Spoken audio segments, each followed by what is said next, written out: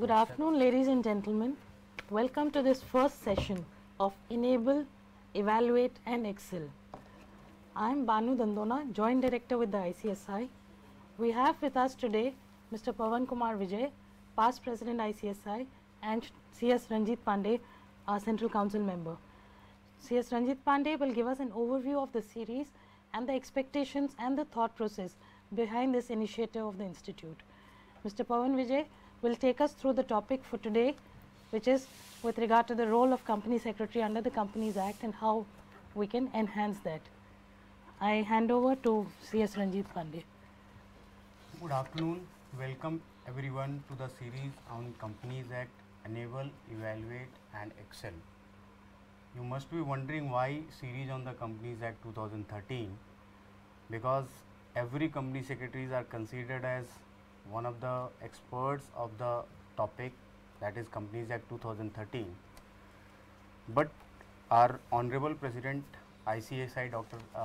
C.S. Shyam Agrawal has came out with a figure and data that during the 2013 to 15, so many company secretaries has been involved and passed out the course, and they were not got the opportunity under the syllabus to read or go through the Companies Act 2013. So that is the first reason, and that figure is around 15,000. Approximately 15,000 students who have passed out the final examination were not exposed to the Companies Act 2013 during in the curriculum. Second reason was 2013 to 16 we have seen the series of notifications, circulars, clarifications, Amendment Act 2015, and thereafter now Companies Amendment Act 2016 is also pending before the Parliament, and which is going to be taken up for the discussion on I think 13th of this month.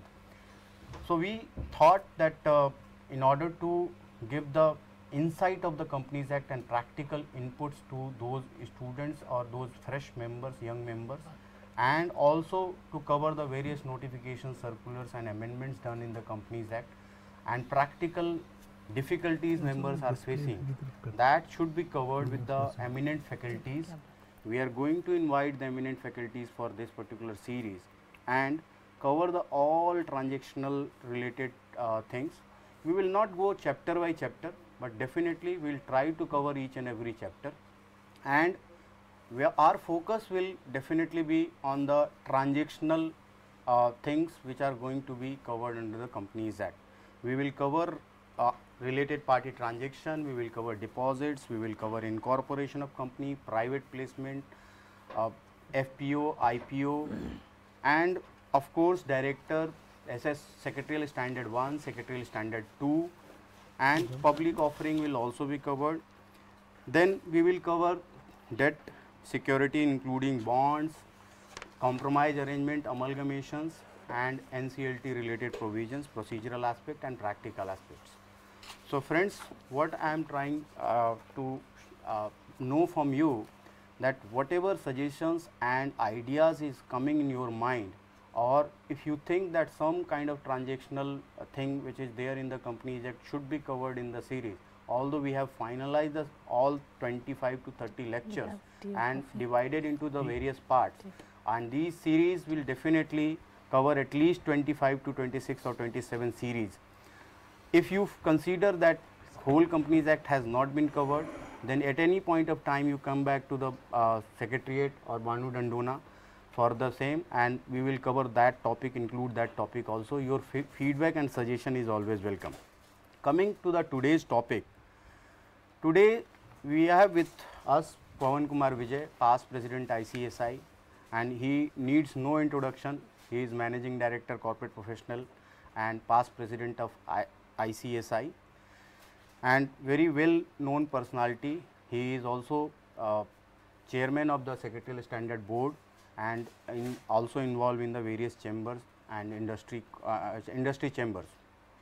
Today he is going to take us through the various opportunities available under the Companies Act and how strategically we can utilize those opportunities and play a vital role for the purpose of advisor and say good consultant to the corporates. So he will go through, he will take you through the both the parts, employment side as well as the practicing side, how to use the opportunities, how to use the company secretary as a tool to enhance your profile, how to bring the company secretary to the table of the Companies Act to the table of the board, and how you should manage your board responsibility as a KMP, responsibility as a secretarial auditor, so and so forth. So today's session will be basically broad overview, chapter wise, I will say, chapter wise responsibilities and opportunities he will be discussing. He will also be focusing a little bit about the role and function of the company secretary coupled with the responsibility. So I am handing over now to Pawan Kumar Vijay ji for the detailed deliberation on the topic. Good afternoon, friends. Thank you, Ranjit and Bhanu madam. I think this is a very welcome step and initiative by ICSI, that they are thinking that those who are not able to study this new law in their curriculum, they can do this. Because my son is also appearing for CS and CA exam, and then he's reading excise and custom. Then I'm just worried that now GST is coming and he is studying, because there's a pattern of exam in India. So it's a very welcome step, and no doubt our new members, those who have not studied this will be a boon for them. And the way Ranjit has and the institute has restructured the program, it's nice that people can attend this webinar and they can enhance their knowledge. And the important part is that they are not calling the academician, they are calling the practitioner, those who are doing day and night in the corporate world and the practicing side, and then they will discuss their practical aspects also coupled with the law. Friends, before starting this, because I have requested institute that you just keep my topic in such a manner that I can suggest the opportunities and I can suggest the background behind the company law, so people should not confuse that company law is only for the compliance and certification. Company law is more than this. Now, if you see the philosophy of company law, the philosophy of company law is how you are facilitating business. This is the main thing. What are the rules of the game? What do's and don'ts you can do? And what are the things which you have to follow in a prescribed guidelines? So this is the basic aim of company law. So if you see my first point, which I have told you, that this is the facilitation of business.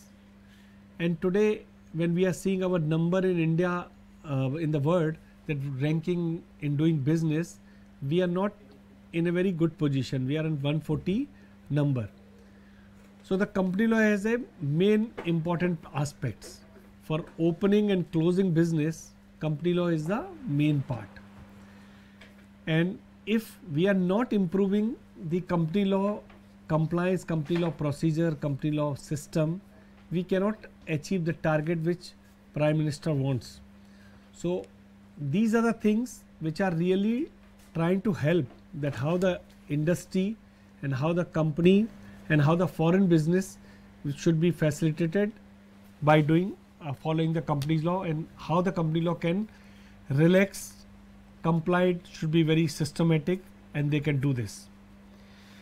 Now coming to the part of this law and how we as a company secretary can use this.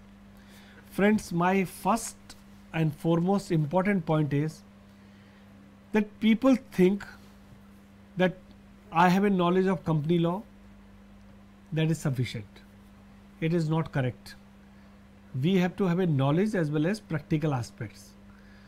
Now I have divided the entire gamut of this company law and the practitioner, whether in employment, whether in the job, into three parts. One is, we have a law which company secretary, lawyer, chartered accountant use.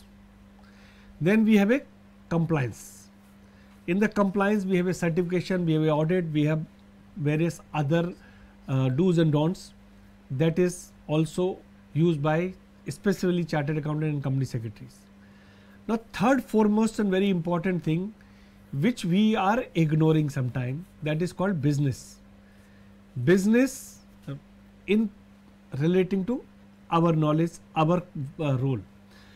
So law plus compliance is equal to business is the main thing. And friends, if we are following only first part, then we are handling on the legal aspects. We are following on the second part, then we are confining to only compliance, audit and certification.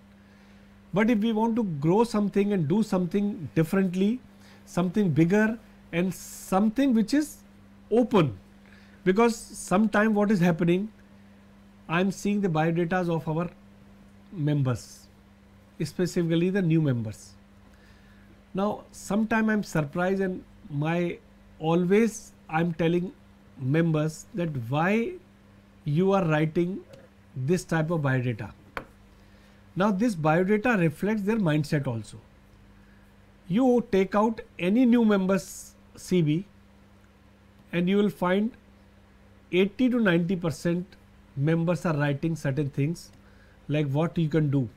So they are writing that I have experience in board meeting, I have experience to MC21, I can file, I can organize meeting, I can do the board general meeting, board meeting, I can fill the forms and blah blah, so many things relating to the small portion.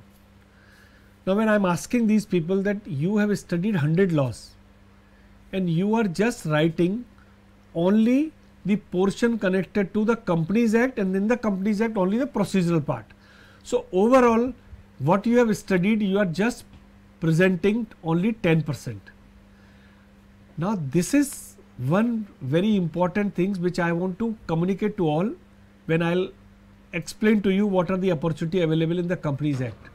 But the point is, if I'm telling you the opportunity and you are telling the word that I can do or I have an experience of following things, and always this is my favorite topic which I'm giving the example of people, that if you are a doctor and if you are going for an interview for appearing in any hospital and you are telling that if they are asking what you can do, so you are saying I can do bandage, I can take temperature, I can do certain small work.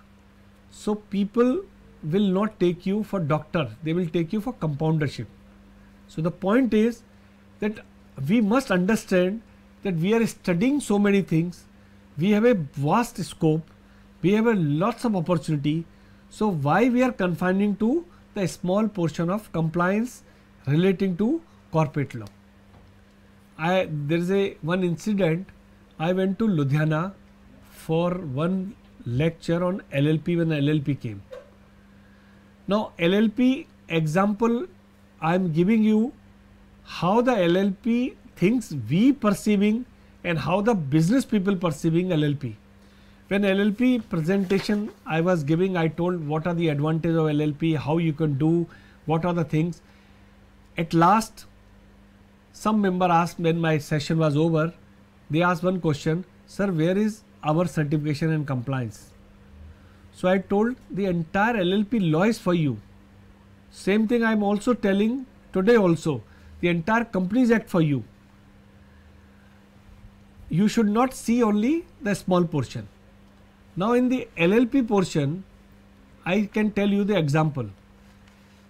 The company secretary was focusing only on the formation and the compliance part. If you go any big consulting firm, their focus was that how they can take advantage of LLP for the business purpose. The advantage of simplification, the advantage of some tax advantage, which was the main, because MAT and other things were not there. So they have planned and they have focused on this part, that how LLP can be used for the beneficially for the business. And we have focused on this. You will get 5,000, 10,000, 20,000 rupees and they will get 10 lakh, 50 lakh or 1 crore rupees fees. So this is the difference, that we are focusing only on the compliance or a small certification portion and they focus on business. So when I started this point, I told you the legal part, compliance part and the business part. If we see that and we can focus that how we can take advantage of business, how we can suggest to the industry that what are the advantages for business point of view, you can enhance your knowledge and you can enhance your exposure and your reach also. You talk about the practicing side, you talk about the employment side. If you are not helping business like things, you cannot achieve what the plan, what was the focus and what was the vision we all have seen. Three types of companies are there. One is a small company, one is a medium sized company, one is a big company. Now all three companies, role of company secretary is different. If take out the big companies, then you will find that they have a multiple company secretaries. One company secretary is managing the board affair, one company secretary is managing compliance, one company secretary is managing investor relation, and one company secretary is managing the other restructuring and business part. They have that types of structure. If there is a medium sized company, then one company secretary, he is putting all these things and he is managing. But sometime there is a different role of company secretary who is in a small company. Now a small company you don't require the governance, compliance and various other things, because that person is doing and that the role of that person is not bigger. So he is sometime free with some other work also. So that time the question is what he should do. So we are teaching you labor law, we are teaching you the indirect tax, direct tax, we are teaching you various other things. You must focus on this. So the role of company secretary, if you think that this is my role only and I can't do this. So sometime we are working in a small company and then we are focusing only on the boardroom, board practices and the compliance part.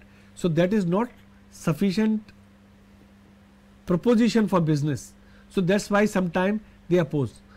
So if a company is small and company secretary role, company secretary appointment is compulsory, then you must also think, because sometimes we are saying the companies are not appointing. Sometimes we also realize the business thinks on the business like things. They don't bother about that what they have to just follow in the law, because they are paying money. So we have to modify our process. We have to modify our thinking that how I can helpful to the business, how I can add value to the business. So small companies and a small companies company secretary has to expand business things in their different horizon. So these are the things which I just want to start that what we have to do, what we are now come to the point that how the company secretary's role in the new company law and what are the new things which we have planned and which we have done. Friends, if I am confining which Ranjit has mentioned transaction wise, we have a various chapters, but if you follow the chapters only, then there is a one chapter relating to the fundraising, the one chapter relating to board meeting, one chapter relating to the restructuring. But if you talk business, then friends, it is not one chapter, because it's a multiple chapters analysis you have to do. Sometime you have to expand the horizon of other laws also. Now take example restructuring. Now there is a section of restructuring. Companies Act is managing the restructuring, how to do merger, demerger. But if the company is listed, then you have to see the SEBI law. You have to see the listing agreement. You have to see the taxation aspects also. You have to see stamp duty. You have to see various things. So it is not that knowledge of one chapter is sufficient, and the Companies Act is not based on chapter wise. Companies Act is based on transaction wise. If you just focus, if you only focus on this part, that transaction and business, how you have to do, I think you can add value. So one single chapter is a vanilla, but a business chapter combined of various things is really something great, something good for you and good for your revenue also. So now if I see what are the new thing which has come in the Companies Act, then you will find there are so many new concepts have come. I will explain what are the concepts. So if I can confine the new Companies Act which is there, which in practice now new concepts are there. Some of the concept are yet to notified, but majority concept they have notified and it has started. Then disclosure and accountability has increased drastically. Enforcement of law, they have made more penalties, more compliance stricter, and the process is if you violate something, then penalty and imprisonment they have prescribed. Restructuring, they have brought out the restructuring in a consolidated manner, that if a company is small, how to do it, if the company is big, how to do it, if the company is outside India or inside India, how the cross-border merger and things can come. Ease of doing business, they have planned so many things and they have implemented it. Previously we have only one business, and if I have to change that business and that is not in my memorandum, I have to modify it. Now they are changing the how to change the object clause, whether you can do business which is not in the object clause. So various simplification process they have started. Now liberalization they have done, related party transactions, 297 earlier section, 314 MR approval, these they have rationalized now. Some of them they have removed, that you go to the shareholders and take the approval. Responsibility of professional, now it is a different thing. It is not, professionals are not responsible. And I share one very interesting case which is connected to my company. I was working in a company and we are giving this work to one practicing company secretary for finalizing our annual report or annual return. Now they were coming and signing the annual return. Now after a few years, the inspection of ROC has taken place. Now in that inspection, some of the mistakes they have identified. Now I discussed that professional that you have done this, why you have not checked this? Because we were thinking that you are signing, so you must have seen that. Now that was a debate which has started, and I asked at so many places that if the law is prescribing that the professional has to sign something, then it doesn't mean that after the signing, if some responsibility and some violation point is coming, that is the company's headache. It should be responsibility of professional also who has signed. He should not sign without seeing something, he has to check. So that point we have raised on various forums, that professional should also be responsible if they are signing something. They are not just signing and taking money, they should also share some responsibility also. So now in the new law, responsibility of professional, they have specifically fixed that if you are taking something, if you are doing something, then you have to be responsible also. Board responsibility has drastically changed. Now it is not the board which is just following certain things, and now the board doesn't mean the only promoter directors board. It's a board mean the including of promoter, non-promoter and the independent directors. They have put in the responsibility of independent director, and they have put in the responsibility of the other directors in a very drastic. So responsibility of professional I have talked. Now the responsibility of board. Now the new law is also talking the responsibility of board doesn't mean that the promoter is only responsible or all directors are responsible, because we have seen the role of promoter directors, role of managing directors, role of non-executive directors and role of independent director. All four roles are different, and all these four roles has to be responsible on their positioning in the company, their stake in the company, and their things and their work and profile on that basis. So an independent director's role, it is coming out very different now. It is not the independent director is coming in the boardroom and opening their mouths only to chew the kajus and pistas. No, they are saying you have to come in the board, you have to see what is happening which is not correct, raise points, and they have put responsibility on the independent director as the officer in default, that if you are receiving agenda, not speaking, not giving comments, not attending meeting, and after receiving minutes, even then you are silent, then you are fully responsible what is happening in the company, whether you have attended meeting or not. So this way they are making people more responsible. Investor protection.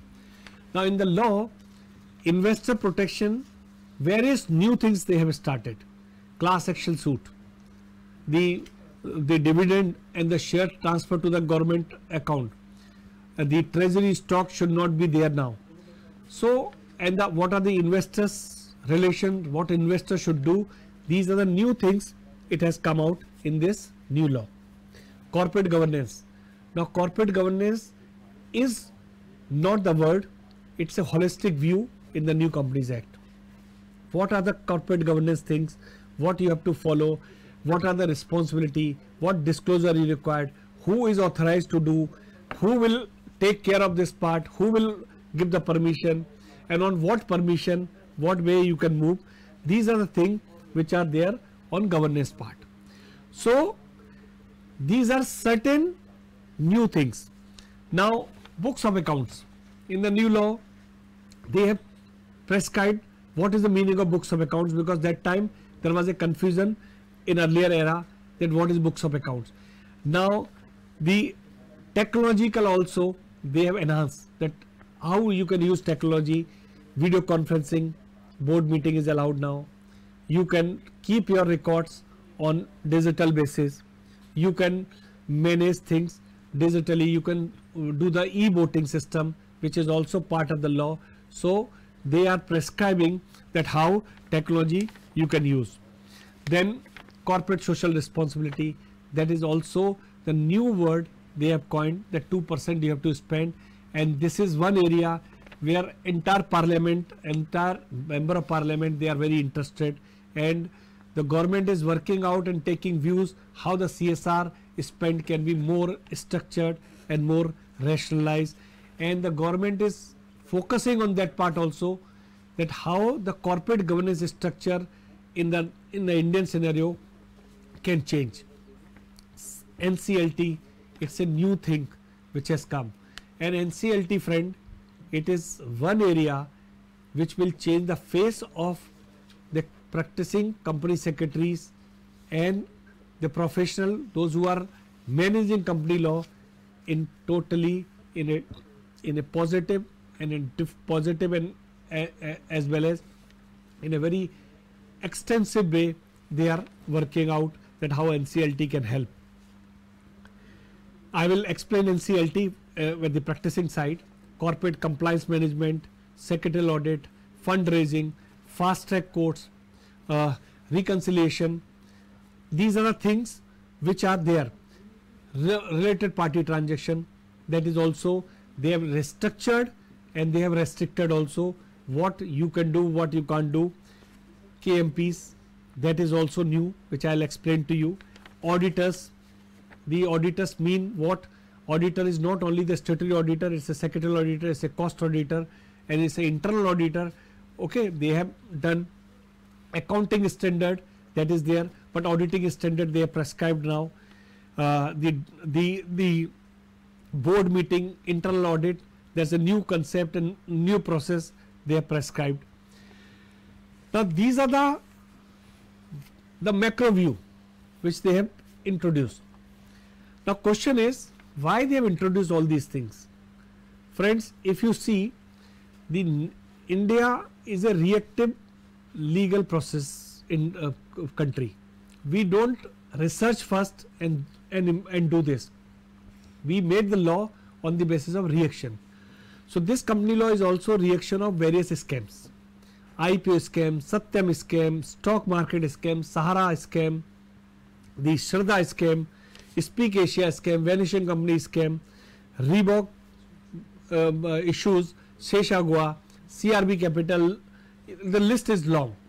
So on that basis we finalized and we have taken views that these are the law should be changed. Take example of Speak Asia.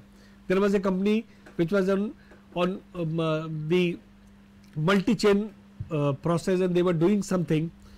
Now when the scam came out, then the ministry issued a notice. Then they came to know that not a single director of this company is staying in India. That's why the resident director concept came. Vanishing companies, they have found that the office address is not there, so they made it compulsory that office address and other things should be the part of the law. Sahara, you have seen the private placement definition. Satyam, a whole lot of auditors and accounts issue have come. IPO scam, various board responsibility and things were there, that has come. So these are the issues which are responsible for various law and various implementation of law. Now if you see this, what are the total reaction? The total reaction is that offshoot of this which has come out, and there is a separate section, separate portion they have prescribed. First is fraud. Now fraud, earlier there was no definition of fraud. What is fraud? What you are saying that person has done fraud, but now they have given a proper section 447 that what is the meaning of fraud. And the fraud definition is not a simple and easy definition, it is covering your intention also. So now they are covering various aspects of negativity. Serious Fraud Investigation Office, now it's a more teeth than earlier, but it requires more powers now. But they have given, this is the old law, old institution, but now in the new company law they have given the specific and more power. Secretarial standard, that is also the new things which has come, and because secretarial standard, as a chairman I can only say the secretarial standard, which is a part and parcel of now the new company law, and we have come out SS1 and SS2, that is also one area which is in the process of how we can do the business and not busy with all these disputed areas. So this is one law which is more uniform, more systematic, and talking about the issues which every day company secretaries and the industries and the board is facing. So we have structured all the point, we have given the correct definition, we have seen that what is the interpretation of this particular word, how many meanings are there, what people are thinking. So we have tried that this particular SS1 and SS2 should reduce drastically all the points. And friends, I can just tell you the feedback which we have received, no doubt when the new things that is in implementation, people face problem. But today the uniformity, the process which are simplified, people are not rushing to the court, but they are seeing the secretarial standard. Secretarial standard is talking about and issues which are probable and future dispute issues we are trying to clarify. So standard is really working nicely, and we are planning to come out standard on dividend registers and the board report, because these are certain points which are very complicated and multiple meanings are there. So wherever there is a multiple meaning, you will find dispute, and wherever the multiple meaning and dispute, it's a mockery of law. So standard is trying to solve these problems, and I think we will come out that we will discuss sometime separately. Then class action suit, which is a new concept, and that concept, no doubt in India it is not very popular, but you will find slowly so many things, so many people will come out and they will raise issues and raise the bar of compliance and implementation and the no cheating process. Private placement is structured now. Private placement, if you can bring out, so they have tried to cover how many people can bring, what are the things, what are the compliance, who can do it, and what are the issues that how to bring out the private placement, limit of money, limit of compliance, limit of disclosure, everything they have structured. Annual return and board report, these are the new document which is talking about the compliance at one place, and these are the documents which are giving a new direction to the investor protection and as well as the complete detail of the companies. Then the valuation, registered valuer concept they have prescribed, but registered valuer concept is not notified, not finalized, but they are in the process, but shortly it will come. Now if you want to form a company, then there was only one process, that you have a private company or public company, or you have a section A 25 old as per law. But now they have one person company. If you are, they have a LLP, they have a company, private and public, and section 8 companies. Now they have given 2-3 new definition also: dormant company, holding subsidiary companies relation, associate company, small companies. So they have tried to give you the complete direction that what types of company, all companies are not same, all companies are not be seen in one lens, it should be different. So they have given this part also. Then they have a different directors, they have given independent directors, they have a women directors, they have a resident director, and they have a non-executive director. And what is the independent director, whether independent director mean continuous for 10 years, 20 years, so rotation is also there, that they have prescribed. Then auditor is there, and auditor is also more responsible now to certify certain things. So they have make it that directors and auditors should be rotated after some time, so they should not have the permanent types of relation with the company. So new people come, new thoughts will come, and there will be less that you are connected with the company and you are habitual and you are not talking about the company's issues which are doing something wrong. Then fast track courts, that is also the new concept, a special court for company law matters, that they have designated court in various cities of the country which are there. So now these are the things which has taken place, and these are the concept. Now when Ranjit was saying transaction, so friend, if you read one point that I have to file annual return or you have to make a board report, that is not sufficient. You have to see whether you want to see the checkbox approach or you want to do the split approach. So the point is, this law which is the new, you can do both. You can do the checkbox, you can do the split also. But point is, the basic aim of law is not the checkbox, basic law is split. Now you see, there was an IPO scam. Now in the IPO scam, we are identifying that every company is giving governance report also, certified by professional. They are submitting prospectus to SEBI. SEBI is seeing everything. Even then, that 8 companies IPO scam, which was 2 years back, it has taken place because the split was missing, and people were thinking that I can file any document and do whatever I want. So this way we must understand that purpose of law is not just compliance, purpose is law compliance in a split, the split on which the compliance is prescribed. So these are the points which Ranjita have mentioned. Now you can ask me certain points which I can cover the second portion on this way. Lot of questions has been received from the members, and few of the questions are relating to separate session which we are going to cover in future. One question is coming that, sir, responsibility of the professionals are not discussed. So kindly throw some highlights on responsibility of the professional. Okay, I'll now friends, I have given one example of my own experience which I have told you.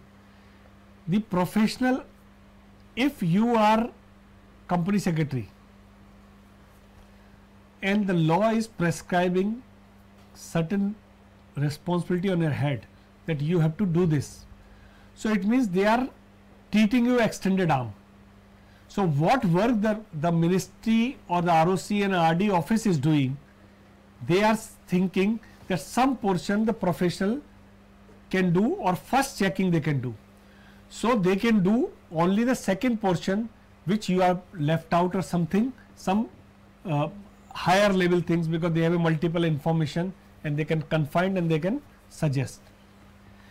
But friends, when you are talking about the professional responsibility, you are responsible if you are signing some document.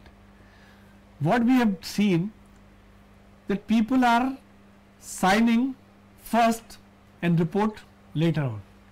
It is not correct. Now you have now you should understand this point.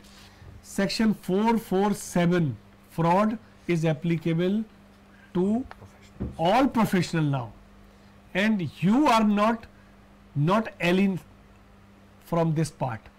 So you should not see that promoter is taking advantage, but if you are helping them, then you are also responsible.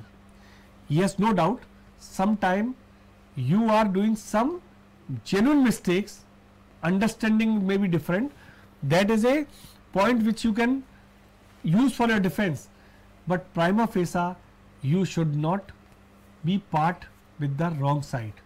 You have to be, and when you sign document today, no doubt we are signing,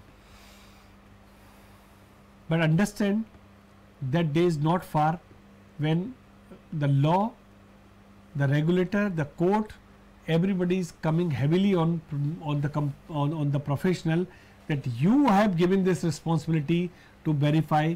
If you have missed out, then you are responsible. So professionals' responsibility is now widened, and you cannot escape your liability, and that you can avoid yourself.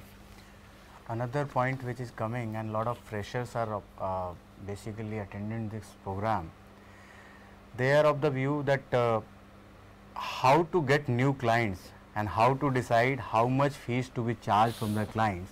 This is one of the topic which always bother the new company secretaries, that how to quote the fees, whether fees will go say on a higher side, I will not get the work. If fees go lower side, then I will be professionally exposed. So how to, what should be the criteria and what should be the two basic points, whether it is time value of money or whether it is only time or talent.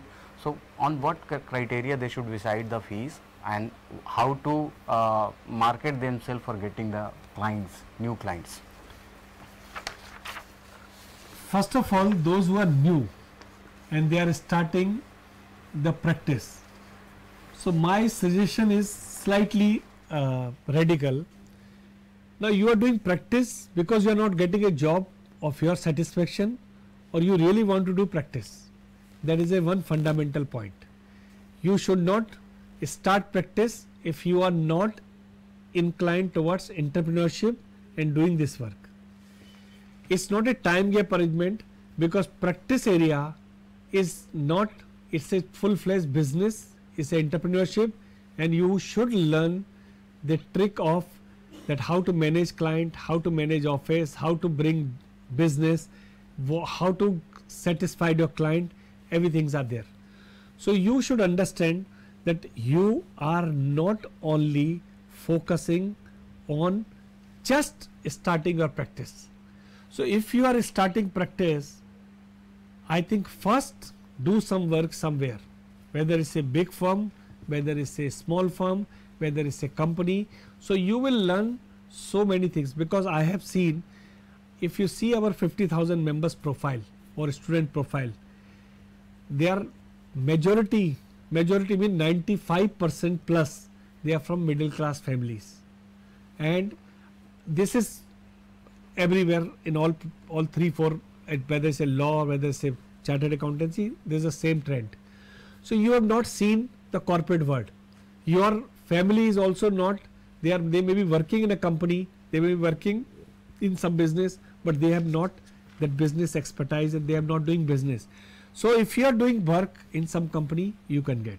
Even then, when you are starting your practice, then friends, you have to understand, you don't compare yourself with Ranjit or other senior member, those who have done 10 years, 15 years or 20 years and then they have reached. So our mistake is that we compare from day one that I am not getting business the way Ranjit is getting business. It is not correct.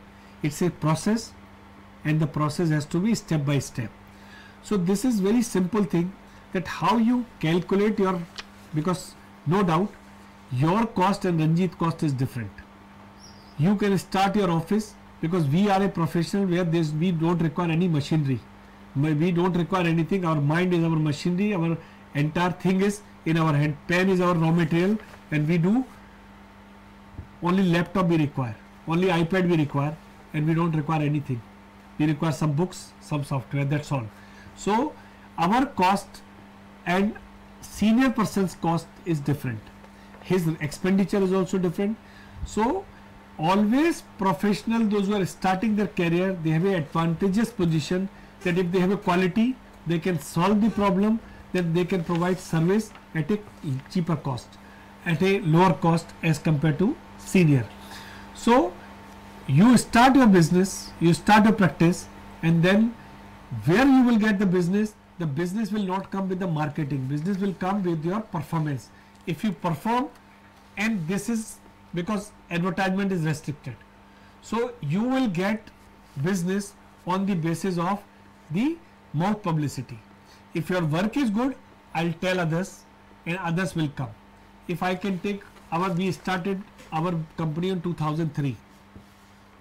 In 2003, if I can see that after 2011 and 12, we started a different type of promotional things, but till now we were getting business from one client to another client to another, and that way things build up.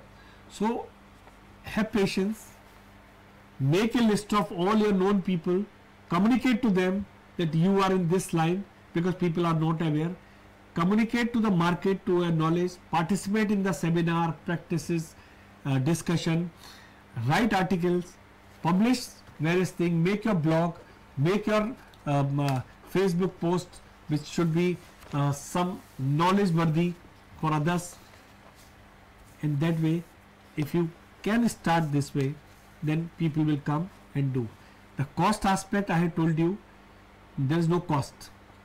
You cannot compare your cost with, because time, hour, money cost is not, when businesses you have to take, then you have to just do the business, nothing else, and things will automatically come. Some business will give you more profit, some assignment will give you is a loss making assignment, but combining together it's a win-win situation. So at present, when you are starting, don't compare and don't do the costing of your transaction. Sir, you mentioned about the resume. You find deficiency in resume. So one of the participant has asked, kindly provide some sample resume that how can write impressive CVs. So can you throw some light that what 4 or 5 basic points freshers should write in their resume, so that their resume should look like impressive? First of all, if you are focusing that I have managed MC21 filing, I have managed board meeting, I can write minutes, then nobody will appoint you. Nobody will give you value for this. The point is, you divide your resume into 3 parts. One part is that you have done some work, practical work. Second is you have some knowledge. Now I can share with you that when I was asking people that what you have done, so they are saying I have done work on merger, but they are not writing. They have done some transaction on relating to the antitrust, but they are not writing. they are having a fear of unknown, and I don't know why. And on this forum I am telling you that if you think that role of company secretary is this, then you are doing a mistake. It's a role of secretarial officer, not the company secretary. Company secretary role is larger role. You are a professional, you are not secretarial officer, or you are not a company law officer. You are a professional who would have a knowledge of company law and other laws. So just understand what you want to tell. If you confine and telling only the one portion, then how the people will recognize your things? So make your CV into two parts. One is whatever you have done, these are the things which are a small one. Write, but don't focus in. But something which you have done in practice or in your training period, in your experience, which is a transaction based, write down this. Whether you are a part complete or it's just part of doing certain things, do it. Now second portion, suppose you have a CV and you know about the IPO market, you know about the listing agreement. Why can't you write?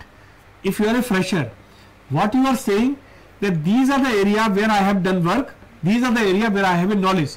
Now you are coming to me and you are writing that I know the IPO market thing, then I'll ask some question, and if you have given answer, it is okay. So these are the two things. Another point, your CV should not be cycle style CV कि एक CV बनाया और सबको भेज दिया. No, your CV should be customized. Whenever you are applying to some company, read the company, read the company's philosophy, read the company's requirement, read what purpose they require, and you restructure your CV on that direction that you do. But for God's sake, don't write that I can write the minutes. That is the mindset, and that is the one status which is showing that what is your caliber. So that way you change it. Anybody can ask me, send me, I will advise them, and you can take the my email address pkvaj@indiacp.com, and you send it to me with whatever I have suggested, and then I can suggest you what to do. I think true, sir, because it is inherent and it is known to everybody that company secretaries are capable of maintaining records and they are able to do the compliances, filing and all other things. So there is no need to mention that thing particularly in CV. So as you are also chairman of Secretarial Standard Board, although we have session on SS1 and SS2 separately, but since two questions has came on the board meetings, so I'll ask that, I will take your liberty to ask that question. Duration of board meeting, no time is specified in guidance note. To ensure qualitative discussion, guidance note should specify some minimum duration for the board meeting. No friends, this is interfering because sometime sometime what is happening, people are asking me some approval, and they are telling, even when they are not completing the sentence, I am saying approved. Sometime when I am approving, I am asking 10,000 questions. So it is depends upon the issues based. So we can't prescribe that board has to discuss for every item 30 minutes. That we can prescribe till the time the things are not finalized, the board should not move. So we can give the broader aspects. We can't dictate board what to do, and we should not interfere in their boardroom practices in such a manner that we should tell that how much time you have to devote and how much time you have to discuss. Next question is very tricky, sir. It's saying, how in practical life company secretary fix date of board meeting, as date of board meeting should be suitable to managing director, chairman and all other directors on the board. So they are finding it very difficult to find a suitable date for convenient to everyone. So this is very simple. First of all, the person who is chairing, you have to see his convenience. Second is the management, those who have to give answer, and third is the other directors. Suppose you are just focusing on other directors and not seeing the chairman and the managing director who has to speak and who has to give the progress, it will not. So this is the same sequence. Ask chairman first, then ask the management, and then you have to ask the other directors. Now the best way is take option with your chairman and managing director and then decide. And the best way for you, that you discuss with your chairman and managing directors and finalize date in advance, so there should not be any confusion that who is there or who is not there. Every time you discuss this issue, you will find same type of efforts. It's better to fix the date in advance. Is it permitted to send copy of board agenda to director in soft copy? Again relating to. I think there is no restriction. You can send it. I think you can ask questions more on business, because when Ranjit was telling about the technical, I told the technical topic other people can take. You take advantage of my struggle, my things, and what we have done. It will be good for you, and it will be good for your practice area, your job area, because I have experience of both. Next question is also off the track a bit.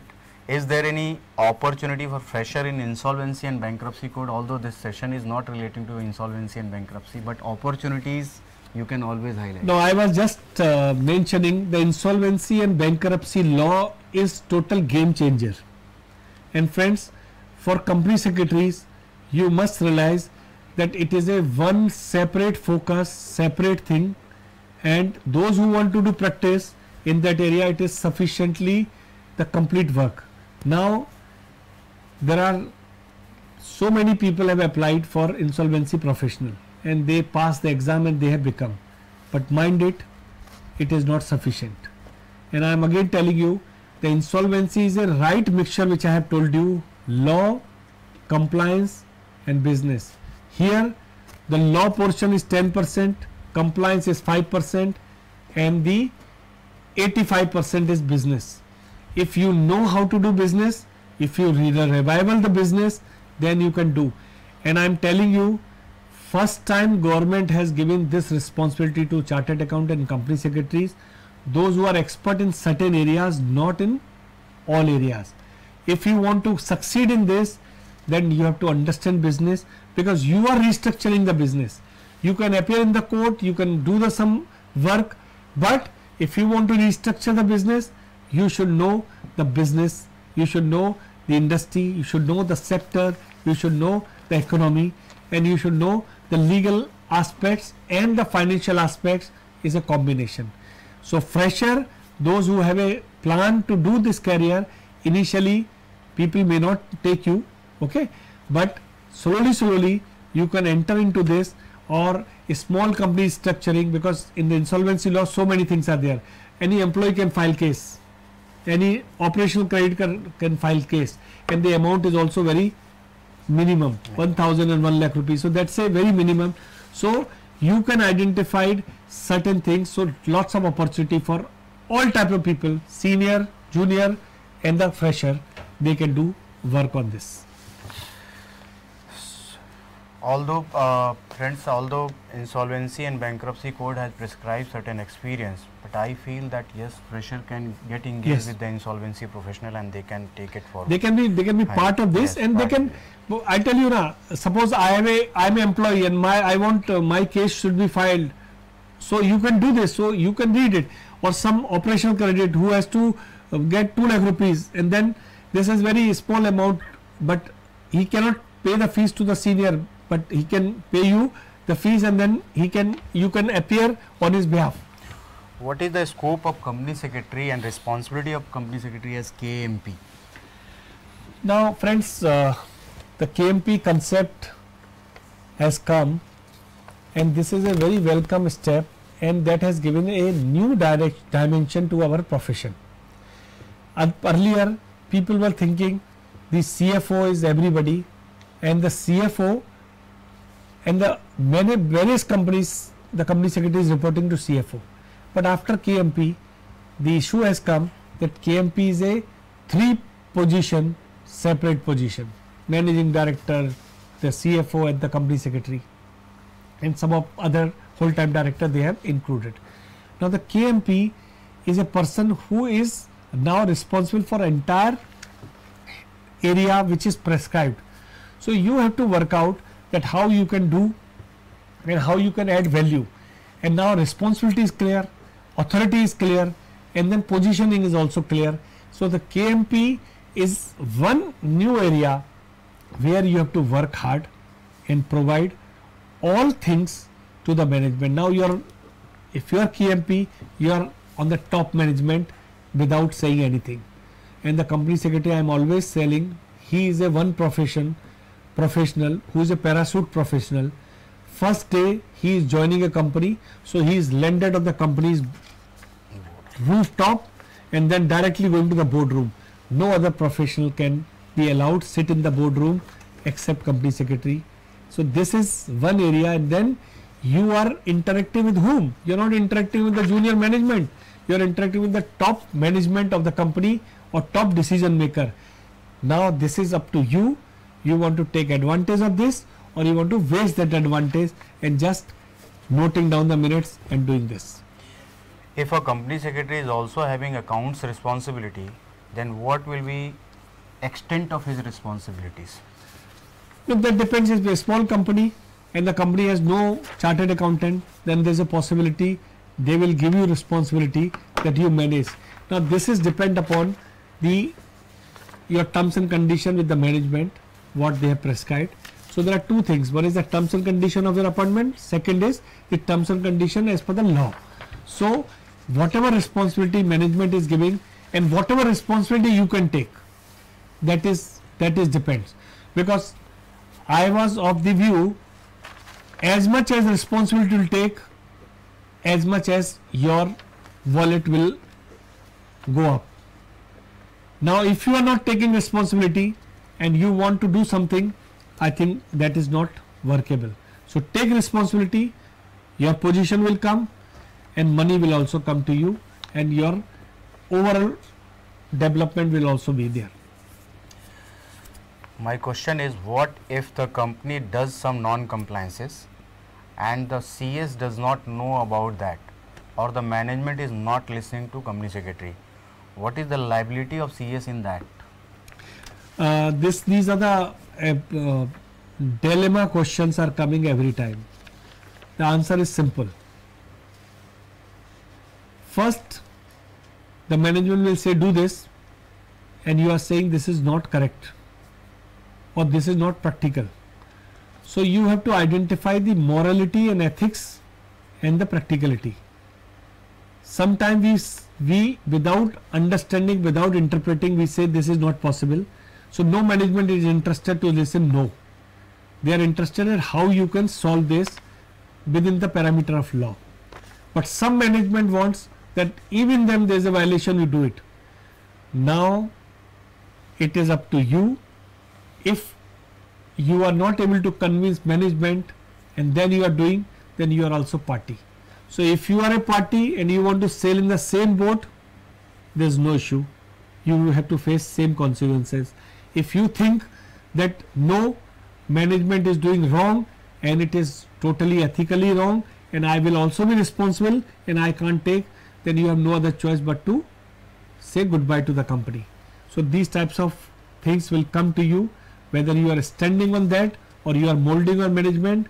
That depends upon your convincing power and your solution to the management, that what are the disadvantages of doing this particular transaction in this wrong manner. How to always stay updated, and when there is so many notifications and circulars are coming on daily basis? This is one is, if you want to be updated, it is not necessary that you have to be updated every day. Even if you are updated monthly, there are so many things can solve. Charter secretary is coming, just read charter secretary, you will be updated for entire, it's only a gap of 30 days. Now I am coming to this part. This is one. Second is, you go to the institute site, every new circular which is coming, they are uploading. So do not focus on other thing, just go to charter secretary and just in between whatever charter secretary is, new charter secretary is coming, you read the institute website I think that is sufficient. There are so many groups also. There are so many people. They are sending so many messages. What is new happening? What is new updation has taken place? You can take that advantage also. That way you can move. In fact, friends, what I can say in addition to what sir has suggested, in order to get the updated information, you can always go on to the MCA portal, and ICSI jointly with Ministry of Corporate Affairs has launched e-book on the Companies Act also, and that particular e-book is being updated on a very daily basis, and within 72 hours you will get the updated information. So it is linked, and every information, every circular, notification, clarification is being updated on a very prompt basis. So that e-book is very handy, and if you can use those e-books on the for the office and general purposes, that will definitely make your referral easy for the Companies Act and related circulars. But one point here, Ranjit, I'll just where I told you there are various groups which are giving updation. Now I am a member of various company secretary group, another professional group also. I am just finding one very strange thing. Now updation is taking place every day, but the quality discussion is focusing only on the more small thing, form, filing, compliances, small issues. And in one group I was shocked to see this, and there was so many people were supporting that if we are following or small filing of forms, that is our that is sufficient, and that should be the main area of company secretary. No doubt, friends, filing of form is required, but you should not focus on filing of form and don't go deep into this. My suggestions to all, that all newcomers, you should learn how to make companies. You should know how to make minutes. You should know how to fill the forms. You should know all these forms. But what is the need that you are going deep into this? That you are doing the post-mortem of each and every form and everything. That is sufficient, because you can't get any other thing in this. In place of this, you focus on some other part, some other law, and try to do it. Because I am always finding people are saying, sir, हम NCLT और court हम नहीं जाते हैं. क्यों नहीं जाते हैं? I am also every time saying NCLT has come. Go there. NCLT is a place which is giving you entire thing now. Now the merger is there. The 397 earlier, the dispute is now as per new 241 law is there. The issue related to various company law, insolvency law, that is there. Go there. And friends, I am telling you one point. When I address first session, my legs were shivering. I was not able to speak properly. I was not able to confine. That is happening with everybody. First time you enter in the NCLT, you will get some fear, but that fear you have to break. तो break करने के लिए आपको NCLT तो जाना पड़ेगा. एक बार तो जाओ, एक बार जाके बोलो, करो, उसको एफर्ट्स करो. गलती होगी, बोल नहीं पाओगे, कुछ नहीं कर पाओगे. बहुत सारे जजेस, they are very good. They also understand because they are also from humble background. They will encourage you, but try to do something. But जाओ तो सही, एक बार कोशिश करो. NCLT is a one area which is giving you wide opportunities. Encash this. Don't lose this under this process. You ask all the practicing advocates or all the successful company secretaries, those who are going in the court, and ask their first 5 or 10 cases and first or 5 days their first appearance. You will find the same story which is with you, which you are feeling. Just overcome this and do this, and don't lose this opportunity. Please make guidelines for charging fees, and also please comment on undercutting. Normally young members got trapped. No, it is reverse. The senior members are saying the junior members are doing undercutting. And friends, it is simple. It's not undercutting. Ranjit and I am sitting, and you are as a fresher. Our 3 costs are different. Your cost, you have an office at your, you don't have office. You are operating from home. What is your cost? Nothing. You can go to that place by 3-wheeler, by bus, anyway, by any taxi. Ranjit he has an office, he has a team. His cost of that transaction is higher than you. My cost is higher than all of you. So the question is, it is not, it's an economic parameter. As you are growing, your cost will go up and you have to manage this. It's not undercutting. Related question, sir. Sir, as you said that what should at the initial stage, we should at initial stage charge less fees for our services. But some client won't understand worth of our quality services. Then what to do in that situation? No friends, the cost of quality and cost of, have you seen the Band Waja Barat? Just see the Band Waja Barat movie and you see how these people were getting business and what they were saying. The same question is asked, that why I should give work to you. So you have to tell that I am charging less, but I am giving you this value. So don't see on the basis of my charging fees which is less. You add value. Until unless you are not giving some value addition, you will not get better fees. And the client is expecting, he is giving money, you are giving work. It is a normal. Client expects that you should do something more than this, and this is with everybody.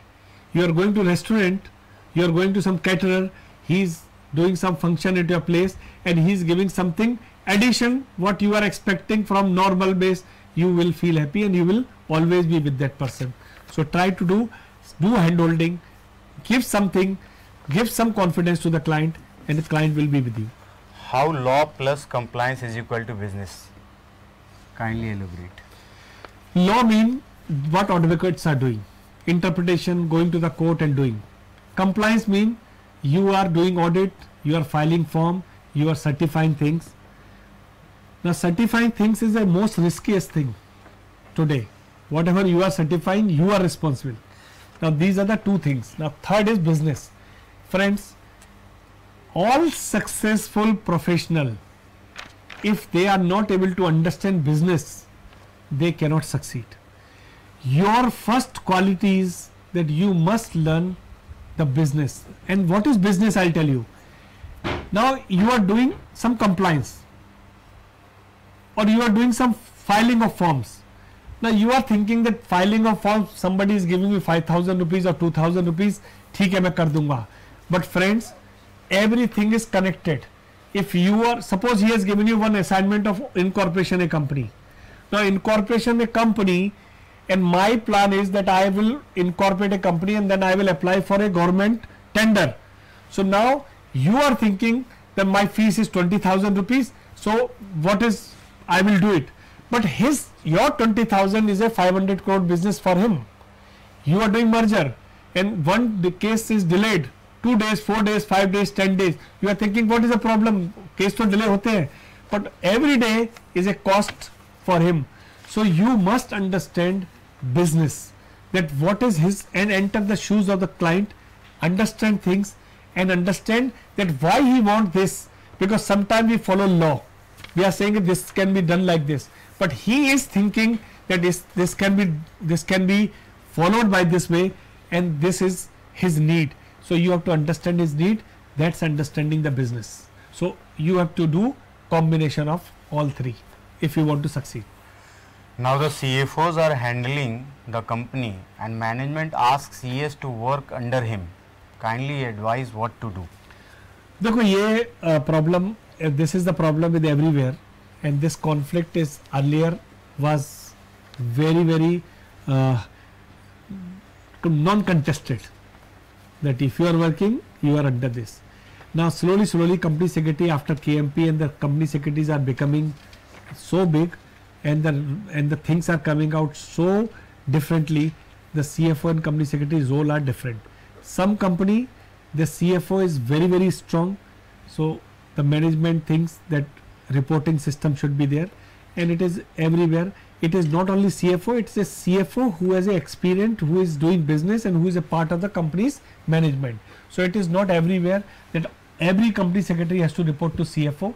It depends upon company to company. Sometimes some CFO is there, he resigned another CFO is coming and then company secretary is separate and the CFO is separate and he is not reporting. That we have so many example, but it's a non-contested thing. You can start this. That depends upon how confident CFO with the management, because he is a finance guy and finance guy is always with the more priority than any other professional. So that you have to bear, but positioning is changing now. Another question, sir. Almost all the practice areas are given to CA. People prefer CA compared to CS. Then suppose a client comes to me on tax audit. Then how should I deal with him? I am not eligible to do the tax audit. Friends, I always saying to everyone that make mega firm. Now in India, no doubt, our mindset is separate, mindset is different.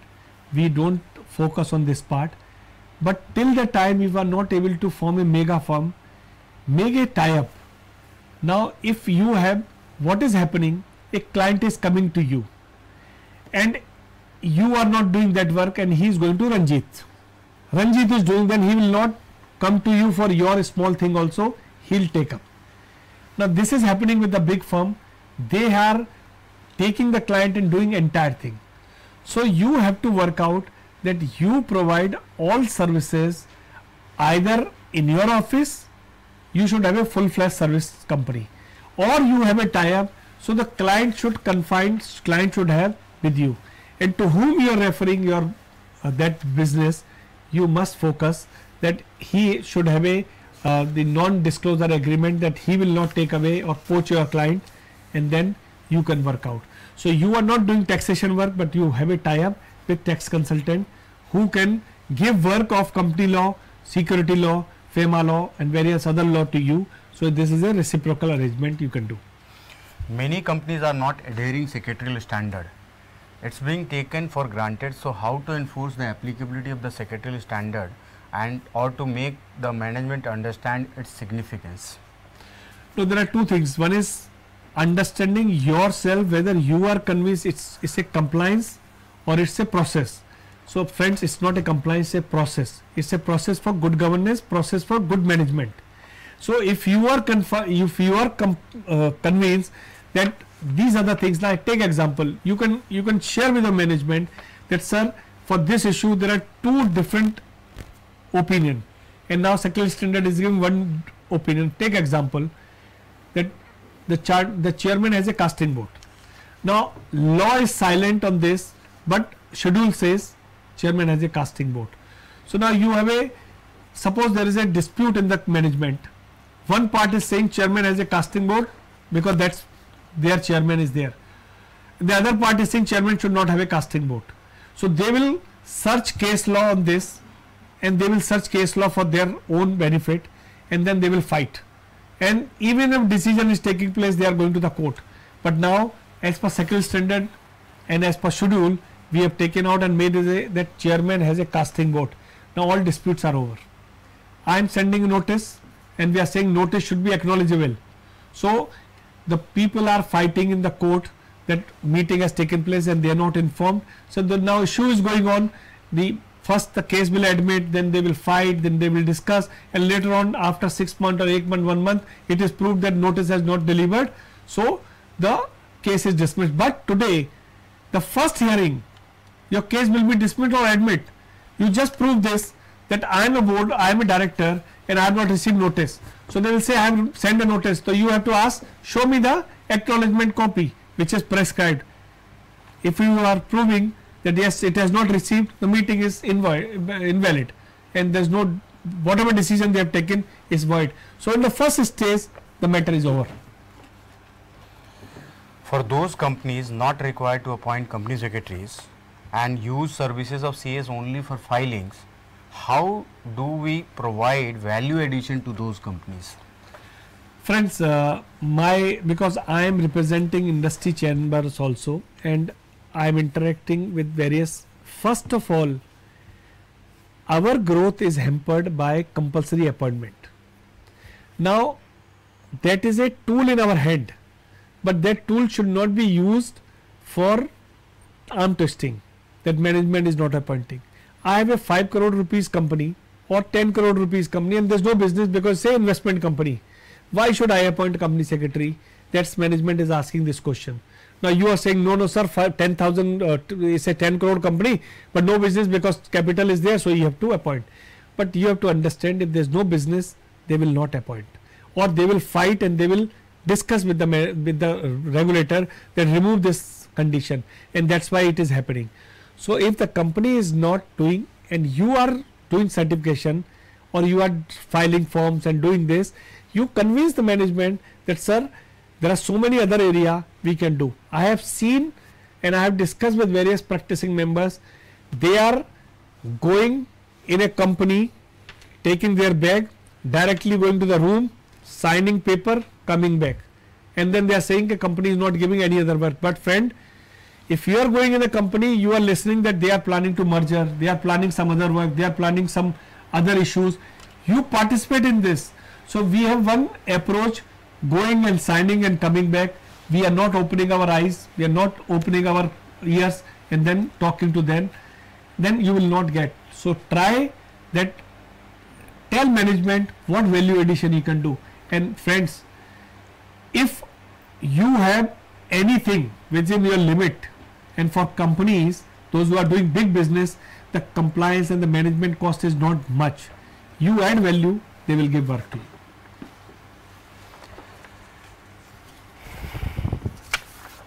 For listed company, so many compliances to follow. Is a single person can manage all stuff alone? Yes, a single person, if he is reading every day, whatever new thing is coming, he is updating his knowledge, he can manage. What is the scope of for practicing company secretaries in banking law, and how can approach such organization for the same? Banking law, there are, first of all, if you want to do banking law, first you read the banking laws. You don't read only company law. If you are in a banking company, then if you think that I am a company secretary, so bank should appoint you, no, bank will appoint, because that time you require segment wise law. So we have started long back segment wise role of company secretary, that is company law and the segment law. So if you are in hotel industry require a different set of laws, you learn this. Banking company require banking laws, so you must do this. And if you do this, and if a company secretary is there who doesn't know about the banking law, but a company secretary who knows the mediocre knowledge in banking law, the management will prefer the banking laws person. So you have to enter and do work on segment wise also. Can you highlight your practical experience from starting 2 years? If client does not understand you and you are not able to clarify or win confidence of the client? No, there is a with me, because I have done work in 12 years in a company on a senior position, so I know how to handle client. But doing work and managing client is totally different. Sometimes what is happening, people from government, they have done work 20 or 30 years in government and they want to do, they have work in a big company and they want to do practice. It's a totally different game. Don't understand that what you know and what you have done in a company can be applicable here. Today a person can respect you, and when you ask business, he will not come to you. So the 2 years for me is different. But for the question which you are asking, for if you are new, initially you are also not clear, you are not also able to convince client is asking bouncer, and then you are not able to give answer. So you have to go with preparation, read it, understand, get the information from your sources, that why this meeting, because whenever there is a client meeting, I am asking what is agenda. Now meaning agenda is for what they want to discuss. They are saying they want to do some merger, so I am just doing in-house preparation. What is this company, what was the plan, what they have done, how many subsidiary company. So you go with preparation, then you can work out. And I told you Band Baja Barat, just see this movie on that part, when both the people have approached a big client and they studied, read their Facebook profile, another thing, and then they have explained that what is your relationship, how we have come closer. So that way you have to understand the company, and then you can do this. Friends, sometime experience can beat you, but hard working you can compile and you can compensate with your experience.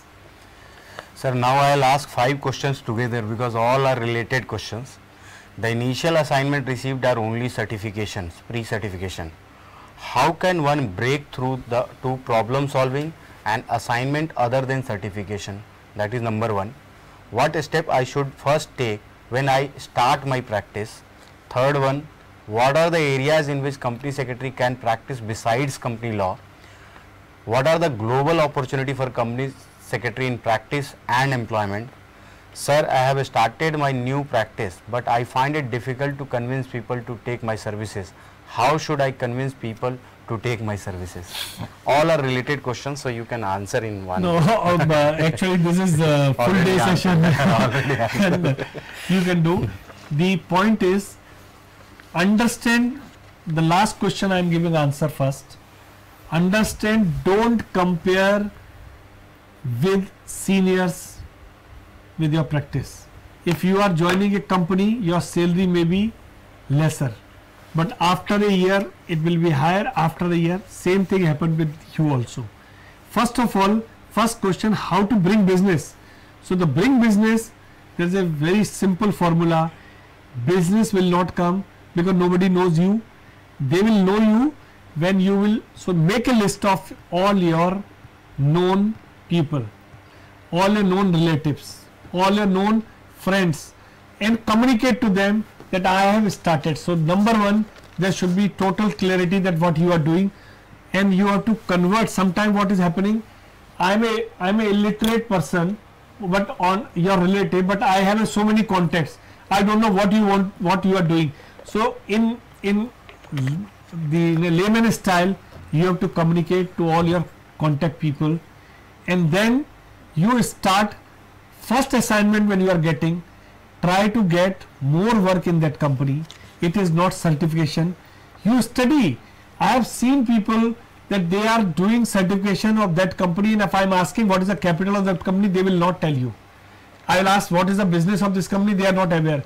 You do the best practice. A thing is, when you are going in a company, study the company, study the industry, study the segment, and try to identify what you can do.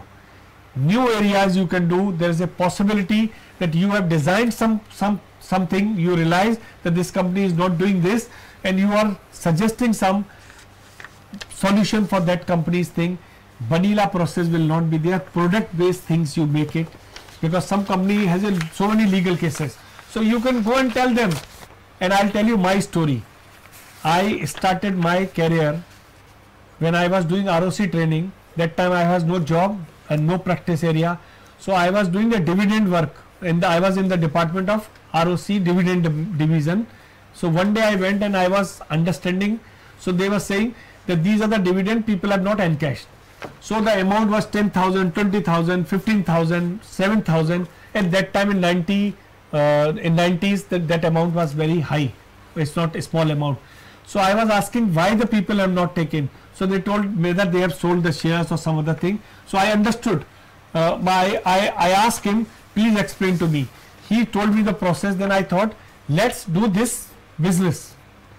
So I took the list from that person, that how many people are there, those who have a 10,000 plus dividend in Delhi, and I met various people, structured how they can claim, and then I come across with my company where I worked, BLB, on the dividend basis. I discussed with them because they have a 30,000, 40,000 various companies dividend.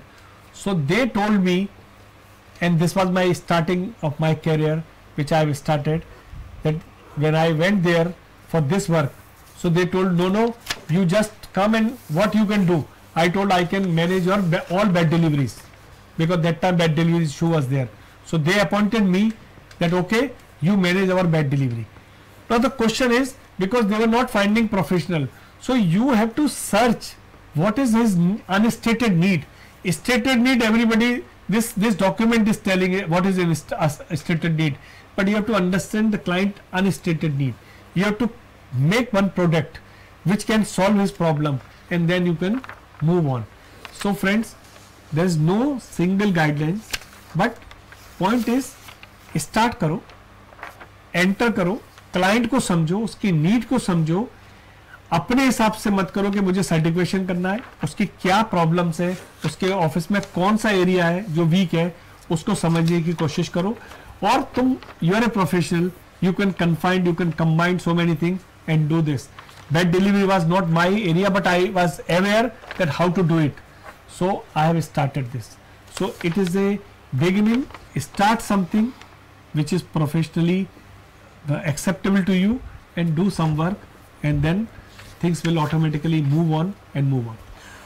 What if a company has appointed a new company secretary at the time of annual filing, and the company secretary has no knowledge about the non-compliance of the previous years, and he is asked to certify the balance sheet? He has to put extra effort. Day and night he has to work and see the compliance, what is not there. So you just understand, you are, suppose I am giving you assignment, do the due diligence of this person who is going, and whether he has done all things in place or not. So 2-3 days you have to put your efforts and identify what are the violations or what are the things he has not complied, and then you sign it. If you are signing without seeing this, you are responsible. Please throw some light on common ethical standard to be maintained by each practicing company secretary.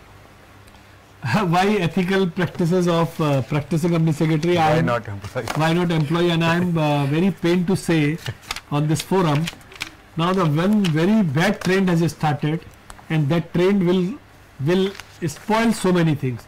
Now the employee company secretary is asking share, which is very sad, and practicing company secretary, if they are not giving share, then they are not getting work in that company. We must work out that this is not the place to, this is not a government contract, and this is an ethical thing. And friend, anybody who is doing this type of thing, he is known to the market. So please follow the ethical part. All both practicing members should not give, should not lure the employee company secretary to give work, and I will pay some amount. That is also wrong. And the employee company secretary should also not give work only on the basis of that who is giving money to me, and this is happening. We must resist ourselves, and we must avoid these things. This is very bad, and this is totally unethical, which we people are following sometime. Time is time to explain. Time is time. How to approach in interview in listed company if company secretary has experience only in the unlisted company? Read it. When you are going to a listed company, and friends, I'll tell you, Chanakya has said, your one life is not sufficient to do everything. You learn from the mistakes of others. Same thing applies you. Suppose you are a listed company company secretary and you are joining a listed company. So you read this, number one. Number two, you must have some friends, those who are working in listed company. Talk to them. What are the compliance? They have a compliance checklist. Take this and then do. What is the purpose of thinking then they will appoint me and then I'll learn? Nobody will appoint you. They will appoint you, they will ask only listed company question. And when they will come to know that you are aware only on the list, unlisted company work, first is disqualification. That time you have to tell, sir, I am a unlisted company secretary, but I know all listing, you can ask me. Then they will appoint. Then you are criticizing your luck and other thing. That is wrong. So whenever you are going in any company, subject wise, industry wise, sector wise, knowledge, you do it, and every company has a website. My first question to everyone, if they are coming to us for interview, what do you know about our company? If he has read our website, he is eligible. If he has not read our website, he is not eligible, whatever important he is. So management is following various tactics, that how much efforts he has done to join this company, what he knows about the company, what he can do, because if you are not moving extra mile, you will not get extra mileage. So you have to follow this. Friends, you must be thinking that I am not taking the technical question on Companies Act, because you have asked so many questions on technical questions on Companies Act. Why I am not taking these questions are because separate session has been assigned to each and every technical question you have asked. Like I just, I think I should thank you, all of you, that you have asked so many questions which will provide me an opportunity to rephrase my sessions and our next sessions. You have asked question on sweat equity, we have separate session on this.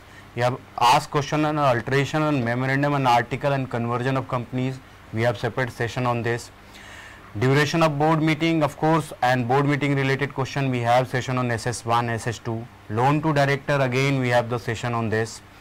Conversion of companies, alteration of memorandum, we have the session. How to maintain the registers under the Companies Act, again we have going to have the session. Forms related questions are coming, like how to file MGT, what is the trick is there in MGT 10 and all other things. Although it is going to be amended and Companies Act 2000, Amendment Act 2013 is going to take it away. But if it is not being taken away, then definitely technical session will cover. Disqualification of director, again. Private placement, it will be covered in a separate session. Bonus issue, it will be covered in separate session.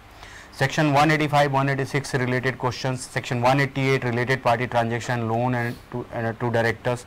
All these questions we are going to cover in the separate. Each and every topic has been assigned a separate session, and we will definitely cover all those things. OPC, annual filing, notice, director's report, scope of is the concept of KMP applicable to private limited company. Of course, we will cover this particular topic also. Do you really feel that CS, CWA can handle IBC cases?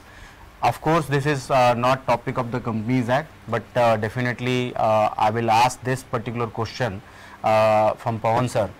Sir, this question is, do you really feel that CA, CS, CMA can handle IBC cases without having practical knowledge of handling the operations, fund flow management, banking, creditors, debtor, employee? Is a job of CFO or any IP having experience of 10 years can handle the position of CEO? No, the answer is it's not connected with the years. The answer is that if you are IP, then entire management is with you, and you have to run the company. Friends, what is the meaning of running the company? It is not easy thing. You should know everything about that company, that industry, that process, and especially that company, why the company is in loss, why this company has come to this stage, and what is the revival chance. So you are not in a green area, you are in a worst phased area where everything has happened. The intelligent promoter, so-called intelligent promoter, is in a bad shape, and now they are asking you to revive this company. So unless you have a extraordinary knowledge, you cannot do. It's a new law, so everybody is thinking that I am eligible. But friends, if I am appointing you IP for my company's work, then you have to, I will expect, or creditors are appointing for revival of some company, you can do that only when you have a knowledge, or you are acquiring the knowledge, or you are acquiring people. Single person cannot do this. You should have a knowledge of business, as well as you have a battery of people, those who can help you in various aspects on business, finance, tax, legal, and then you can move on. So it is a, no doubt it is a IP, but IP has to equipped with battery of people together, then he can do. So it is not easy thing to just qualifying the exam and 10 years experience you can do it. Really practically it's a difficult thing, and you have to prepare yourself and make your big team. I think a lot of questions are coming that we are not strong in this area and that area. One of the questions are talking about income tax and accounts. So can you throw some light that specialization versus generalization, and whether we should become a specialist if we are into individual practice, or if we, of course we are going, if we are going for the mega firm, definitely we will have the gamut of the services. But if we are operating individually, and that is my business decision to operate individually, can I become, say, generalist and do all the services? Because fresh members are asking, company secretaries are always weak in income tax and accounts. I think they are not weak in income tax and accounts, but they are not exposed to these kind of areas. So please throw some light on this. I went to Agra for chartered accountant institution, and chartered accountant institute called me, and my topic was merger of listed companies. Now my session was, Girish Ahuja ji was before me, and I reached early before my session. The hall was full and I was also standing because there was no place to enter the hall. Then my topic came on merger. Hardly 40 people were there in place of 500 people. In chartered company secretary, you organize any program on company law, hall will be full.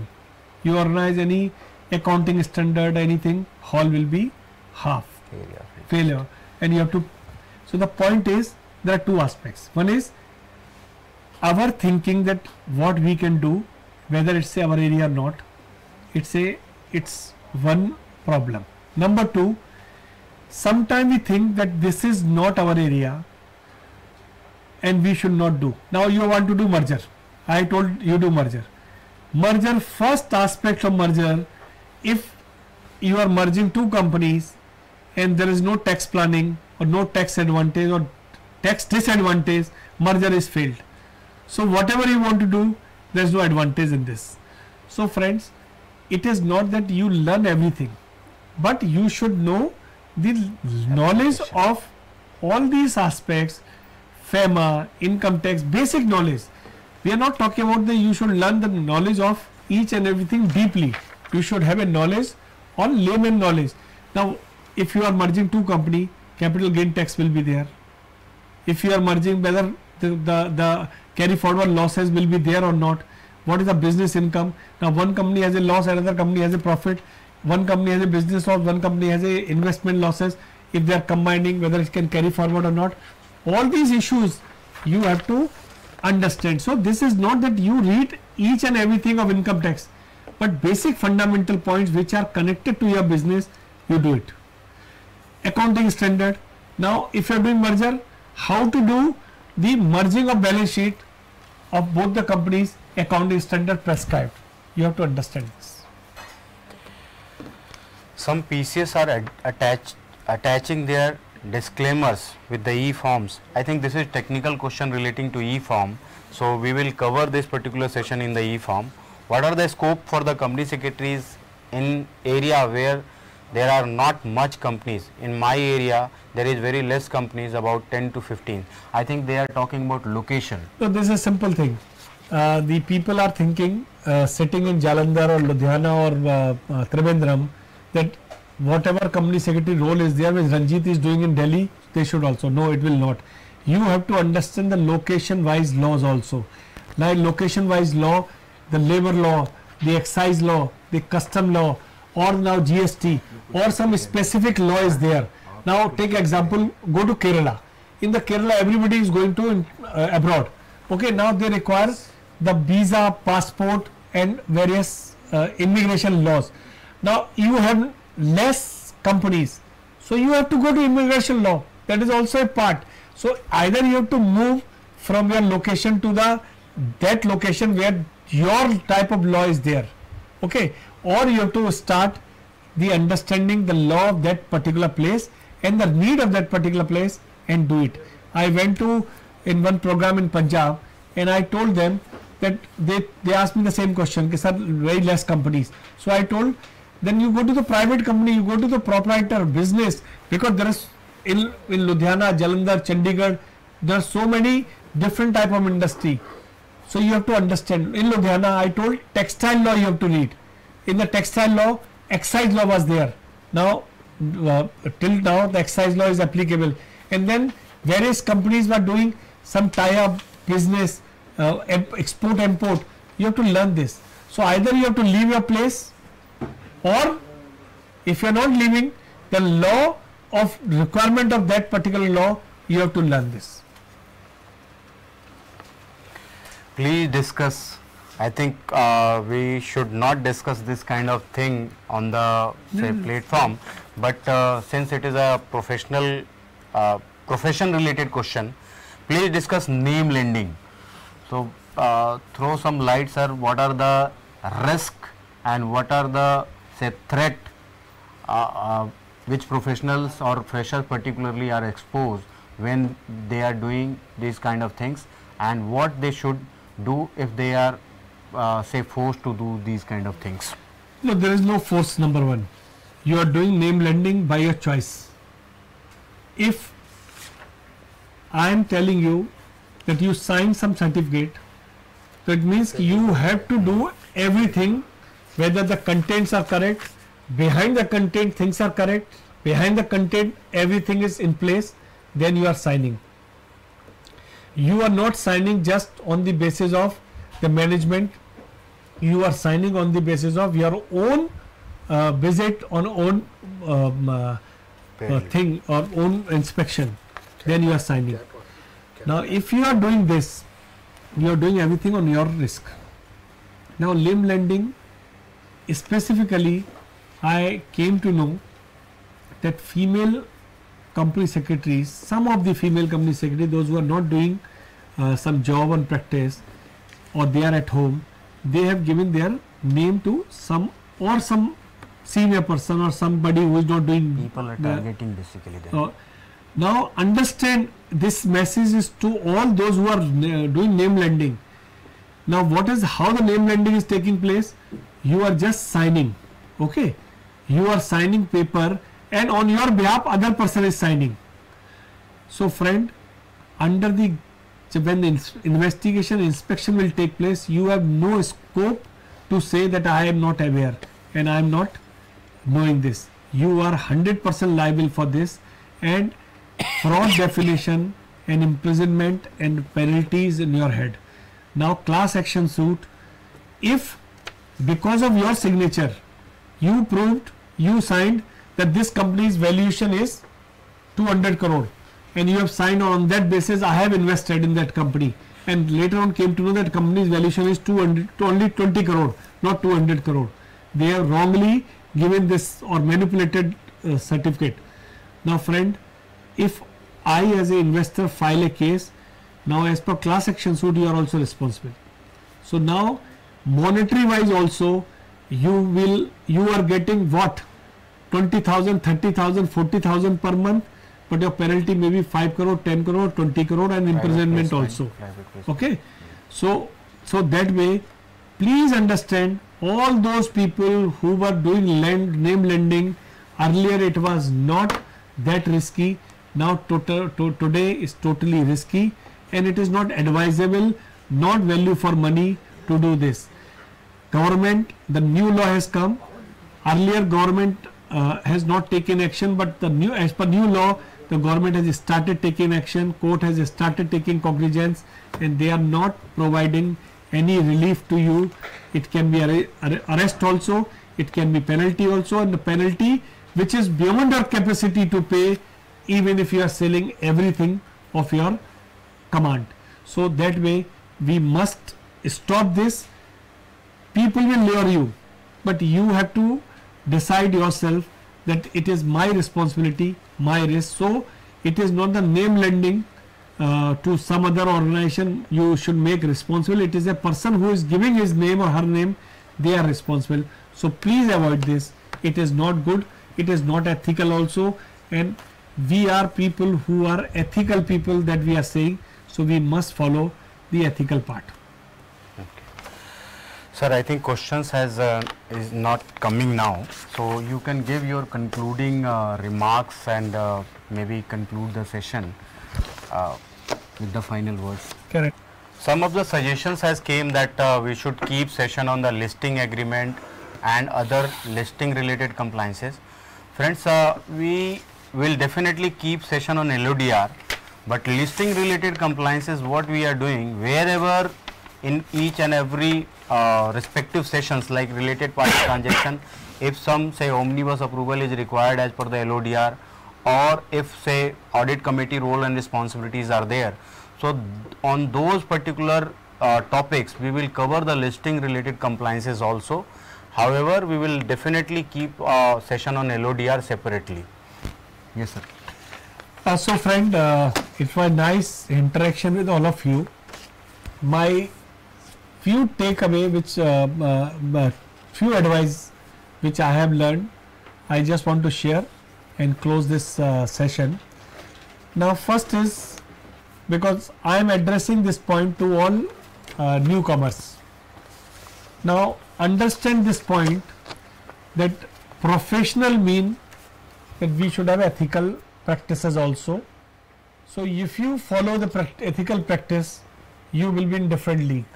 If you will not follow the ethical practice, you may earn money for a temporary period, but you can't create your brand. So branding is also important. Second is that you are not expert in all subject.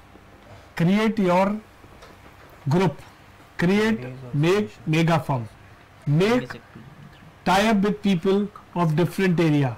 You are not expert in all area, you may not like everything, but you try to do this. Fourth is, client is supreme. You have to just understand, you are not at the mercy of client is not mercy on you, because sometimes we do this mistake that we are prescribed by law. So company has to appoint me, it is not correct. Company can appoint you under pressure, but then they will pressurize government also to remove this. So we have to add value, that is another aspect. Segment wise law, we have to, and I will request Ranjit that put a topic on segment wise law. Now why I am saying this, if you add value to segment wise law, so there is a possibility in future you may ask a need of company secretary. Today everybody is asking vanilla company secretary means company secretary. They will say the work who has done a work in listed company or who has worked in MNC, that is a qualification. But if you see, if you can start segment wise, then segment wise company secretary in oil industry, company secretary in the banking sector, insurance sector, because regulator is different, law is, additional law is different, so you know the law. So sometime if you are not aware of certain things, or you are not finding the sufficient thing, but if you know the segment law, then you can add value, and no other person is doing that segment law. There are so many new things, due diligence, the how to do the drafting, how to do the joint venture agreement, how to do various type of agreements. That is additional work which every company require, whether it's small company or big company, whether it's a lifetime of company, so many types of agreements are required. So that is for those who are in the area where their work is less, or company law work is less. And second is, again, when now I have received all the questions, everybody is focused on company law. Nobody has asked me questions relating to the how to do practice in some other law, how to practice in how to do restructuring work, how to do the IPO, how to do the takeover thing. Everybody has focused. Nobody has asked question on FEMA also. Nobody asked question on the other laws which are connected. Yeah. So our main focus, we confined that company law is there. Friends, today we have 50,000 and the kitty is this much, the cake is this much. If everybody will jump on this, you will get a small piece. But if there is so many other things which are there, you focus on this. Don't see competition with your people. See the competition of situation which is available in other thing. Now we were talking to somebody, he was a management consultant. So he was telling why you are focusing on these areas. You focus on those who are not here but they require this type of service, and follow the stated and unstated need. Unstated need people are more. Only thing is you have to understand him. If you are going any company, go with preparation, make the corporate Janam-Patri of that company, everything available on MCA 21 or stock exchange, identified which direction they are doing. Then you have a client, you have some friend in the company, ask him that what is the management thinking what they want to do, so I can prepare my presentation, go with presentation, go with this, that you can create. It is not the competition is too much. You can create value addition, then competition you can kill. But if you are working on normal process, then things will not come. And friends, I am always saying, एक जो छोटे शहर होते हैं ना, वहाँ पर एक saying है, रोटी के लाले नहीं, तरक्की के साधन नहीं. So same thing applies for those who are doing less focus. उनको और company secretary can survive, but वो ग्रो नहीं कर सकते जब तक growth strategy they will not follow. Today we are focusing on survival, but I am focusing on how you can grow. So if you want to grow, then you have to follow all management practices of doing good service, good business, good client management, and how you can satisfy it, how you can handle, how you can do additional value. The compliance firm, no management is interested that you should come and tell what is the what I have to do. And when I was taking classes, I was asking 3 simulation I was doing. I was asking, I have to change registered office, entire class is saying you can't listen anything. Form 32, this form 8, or I am talking about the old thing, okay, and we have to call the board meeting, we have to call the general meeting, we have to do this. When I am asking, now we have to do merger, what you have to do, then half the hall is silent, okay. Few people are those who have experience, they will talk. If you talk something new, say what is crowdfunding, then nobody will speak. So the point is that we should not only focus on that part which is everybody is doing, focus on that part which few people are doing and which is new one. So that way we can create some niche area. And I am assuring you, the profession of company secretary which we have started, which we have seen, all our past presidents, past council and the secretariat, they have worked very hard.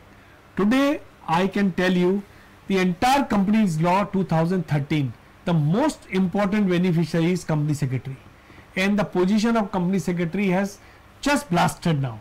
They have reached on the top suddenly. Everybody is talking, Baj is company secretary. Previously we were struggling for so many things. Now you have a secretarial auditor, we have a insolvency law, we have a NCLT, we have various procedure, we have various practices, we have various new types of concept. Everything is under your system or under your you can command all these things. So don't see these some few section and few things, few compliance, few form. See Companies Act as a whole, and it is one of the best act which can give you transaction advisory and focus more on transaction and advisory than just compliance and certification. It is more money, more position and more reputation than those people are just doing the certification thing. It will lead to new dimension, and I hope the company secretary within 2-3 years, the profession of company secretary will scale new heights. And I wish that the way the vision we have seen, that company secretary should be recognized as one of the best profession. Company cannot survive without him. That is happening. Only thing is, if we all work together, all work in that direction, that let's work together to make our profession high and ethical and helpful to the industry, helpful to the regulator, and everybody should realize that this is the profession which is I needed. The way the accountancy is required or taxation is required to all individual or company, same thing. That, and one more thing, and last point I will tell you, there is a survey that previously all compliance disclosure was on financial based. Now slowly worldwide it is happening that compliance and disclosure is shifting from finance to non-finance. And friends, Our area is non-finance. Today secretarial audit, board report and the annual return, these are the things which are coming out non-financial thing, and this is a prediction that 80% plus will be non-financial disclosure shortly, and that time our positioning will be on a different footing. But we have to give quality to the industry, we have to give quality and ethical and responsible professionals services and realization to the regulator, then we can get so many things, and so many things can come to our part. Only thing is we have to stand united, stand ethical, stand innovative, and stand with focusing on mega firm and value addition. Thank you very much. Thank you so much, sir. Friends, we have named this series as Companies Act 2013, Enable, Evaluate and Excel. So it has been bifurcated or divided into three parts. Enable, so this enabling series, say webinars, 25 to 30 seminars depending upon the requirement we will conduct. Thereafter evaluate. Evaluate will be a kind of voluntary self-evaluation. So we will be providing you the platform. So why I am mentioning this today, because whenever you are going to attend the series, you gain the knowledge, and after gaining the knowledge, you can evaluate yourself whether you have gained something during the course of say 1 or 2 months or not. Evaluation will be provided online, and sitting at your home you can log in to the system and say appear in the examination, and after appearance of the examination result will come to you and you can evaluate yourself. Of course, at the institute side it will remain confidential, and it is not pass or fail kind of exercise.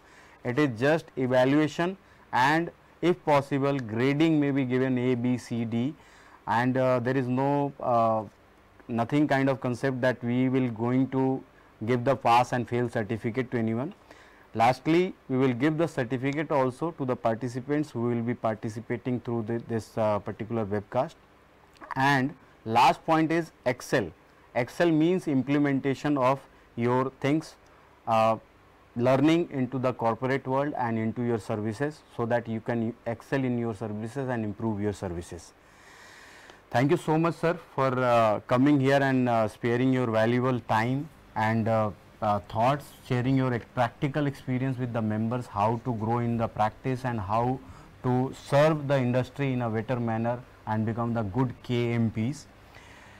I also want to thank our President ICSI for coming out with the unique idea that yes, we should have series on the Companies Act 2013, because we generally think that 1 or 2 session on 1 or 2 important topic is sufficient, but complete Companies Act A to Z in a webinar series is a very great idea of Dr. Shyam Agarwal. I must compliment him. So friends, last but not least, thank you all of you, particularly young members and freshers, for asking difficult questions. I would say difficult question and difficulty they are facing in their practical life, that how to start practice, how to grow into practice, how to manage their practice in initial 2 years, and what are the opportunity available to them. So special thanks to all the young members, all the senior members and all the participants who have participated through this seminar. Tentatively next topic we have decided is related party transaction. So next date and timing will be announced to you, and related party transaction related questions you can, or practical difficulty you are facing in your transaction, you can jot down, and definitely you can ask those questions in the next session. We are going to upload this particular webcast or recorded video onto the various link of by a link of ICSI, or maybe on the social media also. So friends, if you are not able to watch this completely today, you will be able to watch later on also. So that kind of facility we are going to provide.